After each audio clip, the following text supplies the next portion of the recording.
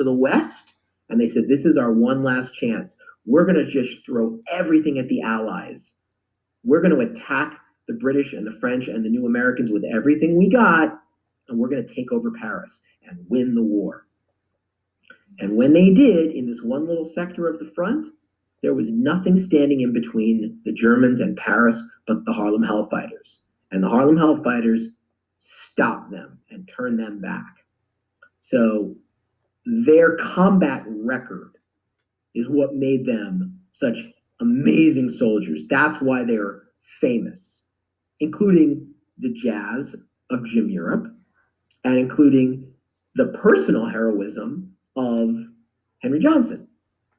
Now, I told you before about the Croix de Guerre, that little French medal that Henry Johnson won. Yeah. Well, do you know by the end of the war, the entire unit of the Harlem Hellfighters won the Croix de Guerre, the entire unit.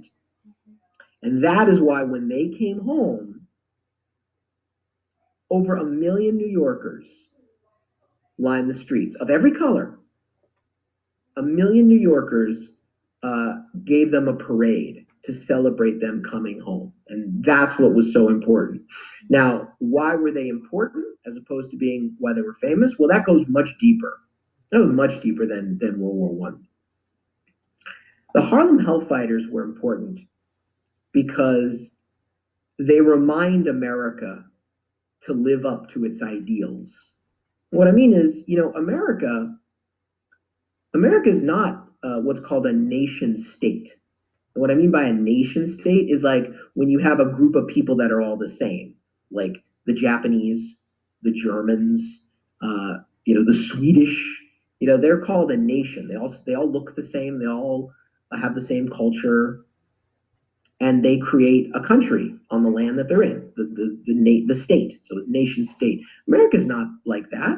America, we all come from all different parts of the world, and we all have different stories, and we all have different cultures, and we all have to learn to live together. And the only thing that keeps us living together and not killing each other every day like they do, say, in the Middle East, or they did in Yugoslavia, or places like that, the only thing that keeps us together is our ideals. We all make an agreement that we're going to live a certain way. And the problem with that sometimes is we don't live up to those ideals. That's called being hypocritical. When you say you're going to do something and you don't. Let's not forget that this is a country founded on freedom, but also founded by slave owners. There's a great American. His name was Dave Chappelle. Dave Chappelle had a joke where he said if he could go back in time with his white friend in a time machine and meet George Washington, the white guy would go, oh, George Washington, there's the father of our country. And Dave Chappelle would go, run, it's George Washington. And that's the problem. America has all these great ideals, but we got to live up to them. We actually have to do it. Can't just say it. And the Harlem Hellfighters remind us all that we have to live up to our ideals.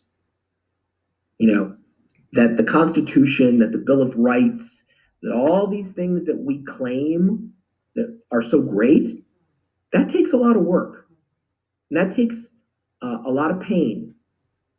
And that takes a lot of courage to have to actually live by those ideals. Not just talk the talk, but walk the walk. And the Harlem Hellfighters, they walk the walk. And they force us as Americans to always do better and always work harder to be the country that we want to be, and not just the country that we say we are. That's why the Harlem Hellfighters are important, is whenever we think that we're so great in this country, whenever we think, and black or white, no matter what culture you come from, whenever you think, oh yeah, we're done, we've created this awesome country, the ghosts of the Harlem Hellfighters tap us on the shoulder and say, hey, you still got a lot of work to do. Ooh, that's the last question. I like that. That's the last question.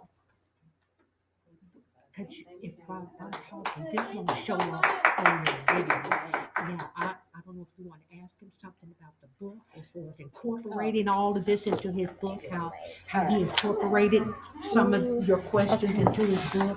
All right. I do. So in the beginning in the book you had said that when they had first came on the first day to World War One and you got the idea for the character, he was shot as soon as he looked up through the window.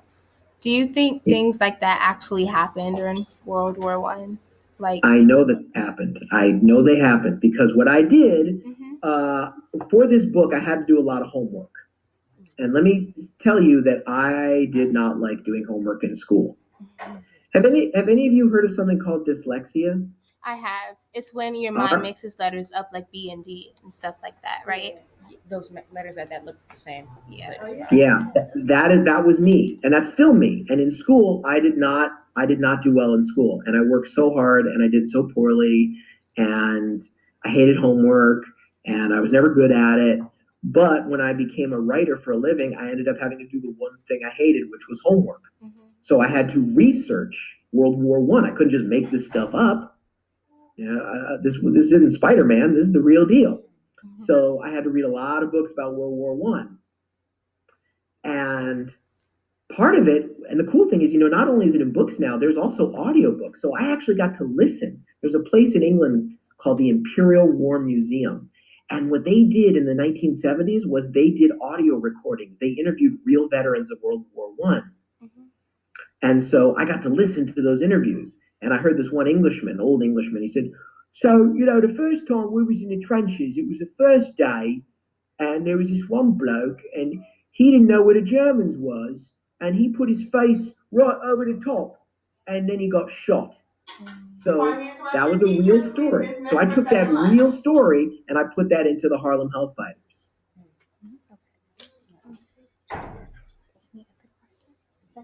No, I mean, we already read the book, so I mean, we know most of the stuff in there. So Okay. How come you think the Harlem Hellfighters were called by so many different names? Well, because they were seen by different people. Like the French called them, first they had their own name, the Black Rattlers, because that was their snake. Nowadays you see the Tea Party uses this flag, don't tread on me. Well, that flag doesn't belong to the Tea Party. It was a very old American flag. And the Harlem Hellfighters, that was their flag, was the rattlesnake that says, don't tread on me. Mm-hmm. Which basically was how the Harlem Hellfighters felt, which is, don't mess with us. You will be sorry. Mm-hmm. So the Black Rattlers, that was their name for themselves. Then they got over to France and they fought with the French, and the French loved them. And the French said, you are the men of bronze, the men of bronze. And that was respect. And then the Germans didn't respect them.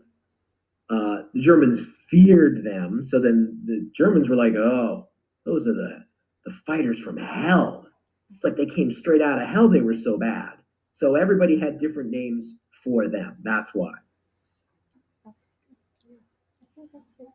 yeah. Okay. Oh, Flossie, well, one last question. Could you tell us what really motivated you to write the book? Yeah. What really motivated me to write the book? I wanted to read it. And that motivates me to write all my books. Because when I first heard about it, when I was like 11 years old, I couldn't believe this wasn't a story. Like, it's an amazing story.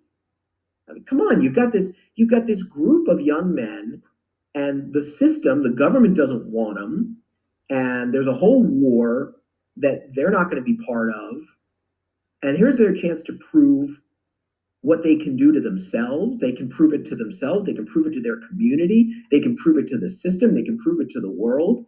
And they're not going to be denied that. And they did it. They were heroes. And I grew up in a country where war heroes get honored. Guys like Audie Murphy. He got to play himself in his own movie. Sergeant York. All these war heroes. America loves its war heroes. What about these guys? So I was waiting for the story. And then in the 1980s, there was a movie called Glory about black soldiers in the Civil War with Denzel Washington and Ferris Bueller. And I thought, okay, time for the Harlem Hellfighters movie, right?